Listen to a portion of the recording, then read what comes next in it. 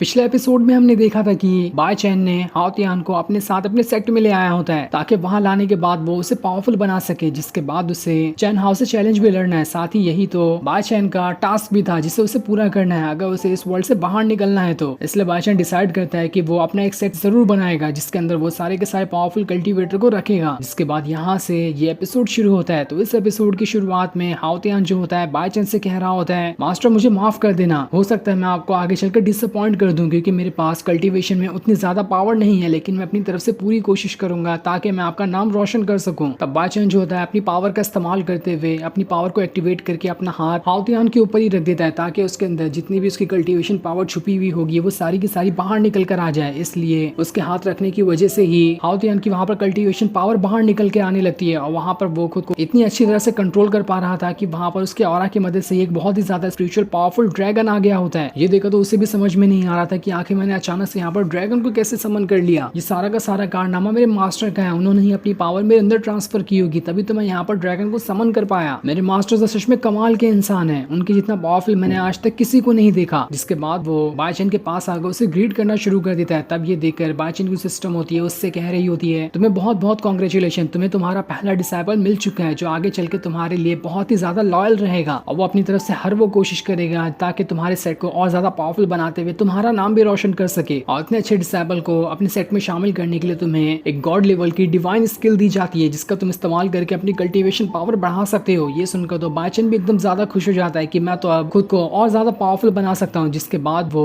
उसी God level वाली divine skill को देख रहा होता है, लेकिन उसे कुछ समझ ही नहीं आता कि आखिर इसमें लिखा हुआ क्या है और इसे कल्टीवेट किस तरह से किया जाता है। जिस वजह से तो उसके गुस्से का ठिकाना ही नहीं था कि मैं इतना ज्यादा कमजोर हूँ कि मुझे ठीक तरह से मार्शल आर्ट वाली बुक भी पढ़ने नहीं आ रही, तो आखिर मैं किस तरह से यहाँ पर कल्टीवेशन कर पाऊंगा। इसलिए वो उस बुक को सीधा हाओ तियान को ही दे देता है और उसे देते हुए कहता है, लो इसे रख लो और इसे समझने की कोशिश करो, देखता हूँ मैं तुम इसे कल्टीवेट कर पाते भी हो या फिर नहीं। जो देखकर तो हाओ तियान एकदम ज्यादा हैरान रह गया था। वो अपने मास्टर से कहता है, मास्टर आप सच कह रहे हो ना कि मैं आप वाली इतनी सबसे खतरनाक स्किल को अपने पास रख लूं? अगर आपको मुझ पर इतना ही ज्यादा भरोसा है तो देख लेना, मैं आपको जल्द से जल्द पूरी की पूरी स्किल सीख कर दिखाऊंगा। जिसके बाद बाय चैन जो होता है हाओ तियान को वहां पर अपने सेट का पूरा नजारा दिखाता है जो कि उसका सेट बनेगा। भले से ये बहुत ही छोटा होता है लेकिन ये शुरुआत करने के लिए तो बहुत ही अच्छा था। इसलिए हाओ तियान को भी ये बहुत ही ज्यादा पसंद आता है कि हम इसी छोटे से सेट को बहुत ही ज्यादा पावरफुल सेट बनाएंगे जिसके सामने पूरी दुनिया झुक कर रहेगी। जिसके बाद हाओ तियान जो होता है उसी गॉड लेवल वाली डिवाइन स्किल को सीखने की कोशिश कर रहा होता है ताकि वो समझ सके कि आखिर इसे कल्टीवेट किस तरह से किया जाता है। जिसके बाद वो बाय चैन से कहता है, मास्टर सुनो, मैंने इसे सीख लिया कि आखिर इससे किस तरह से कल्टीवेट करते हैं। जिसके बाद वो उसे तरीका बताने लगता है कि इसमें इस तरह से कल्टीवेशन करने का तरीका बताया गया है, अगर ऐसा कल्टीवेशन करेंगे तो हम इस टेक्निक को आसानी के साथ सीख सकते हैं। जो सुनकर तो बाय चैन जल्दी से भाग कर कमरे के अंदर आकर घुस जाता है ताकि वो उसी तरीके का इस्तेमाल कर सके जैसा कि अभी यहाँ पर हाओ तियान ने बताया था, और उस तरीके का इस्तेमाल करके वो वहां पर उसी गॉड लेवल वाली डिवाइन स्किल को सीखने की कोशिश करेगा, क्योंकि उसे खुद से तो समझ नहीं आ रहा था कि आखिर इसे किस तरह से सीखा जाता है। लेकिन हाओ तियान ने तो यहाँ पर बस उसे 1 सेकंड के अंदर ही सीख लिया। लेकिन जब वो वहां पर उस गॉड लेवल वाली डिवाइन स्किल को सीखने की कोशिश करता है तो वो उसे सीख ही नहीं पा रहा था, क्योंकि उसे सीखने के लिए भी अंदर कल्टीवेशन पावर की जरूरत होती है जितनी की अभी बाय चैन के पास नहीं थी। ये देखकर वो एकदम ज्यादा उदास हो जाता है कि आखिर मैं कितना ज्यादा कमजोर हूँ, ऐसा लग रहा है कि मैं तो अपने डिसाइपल से भी ज्यादा कमजोर निकला। तब उसे हाओ तियान की आवाज सुनाई देती है जो भागते हुए अपने मास्टर के पास आ रहा होता है ये कहने के लिए कि मैंने उस गॉड लेवल वाली डिवाइन स्किल के पहले लेवल को ब्रेक थ्रू कर लिया। जो सुनकर तो